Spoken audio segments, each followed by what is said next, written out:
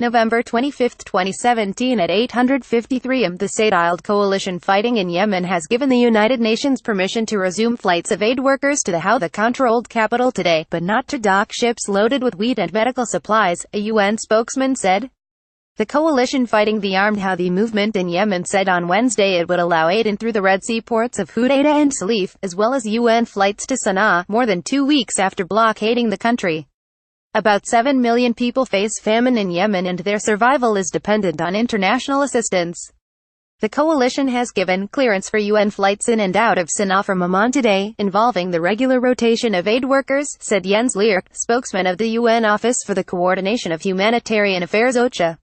Read UN warns if no Yemen aid access, world will see largest famine in decades. We're of course encouraged by the clearance of this flight, which may be followed soon by clearances of flights from Djibouti to Sana'a, Leerk told a news briefing yesterday. But no green light has been received for UN requests to bring humanitarian supply ships to Hudaydah and Salif ports, he said. We are particularly talking about one ship which is offshore Hudaydah with wheat from WFP, the UN World Food Programme, and another boat which is waiting in Djibouti with cholera supplies, and that is also destined for Hudaydah, he said.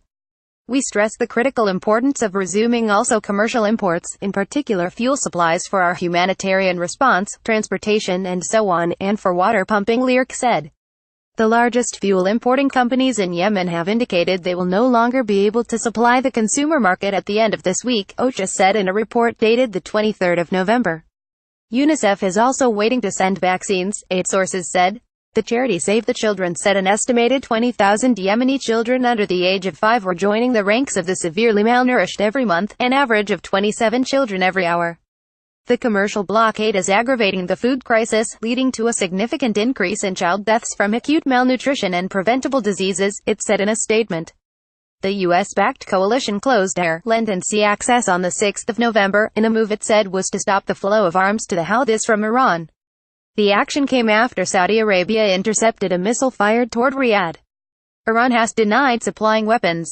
Jan Egeland, a former UN aid chief who heads the Norwegian Refugee Council, speaking to Reuters in Geneva on Thursday, said of the blockade, in my view this is a legal collective punishment.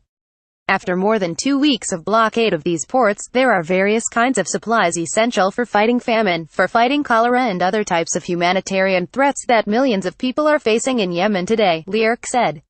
Impoverished Yemen has remained in a state of civil war since 2014, when Houthi rebels overran much of the country, including the capital Sana'a. In 2015, Saudi Arabia and its Arab allies launched a massive air campaign aimed at reversing Houthi military gains and shoring up Yemen's embattled government. According to UN officials, more than 10,000 people have been killed in the war, while more than 11% of the country's population has been displaced.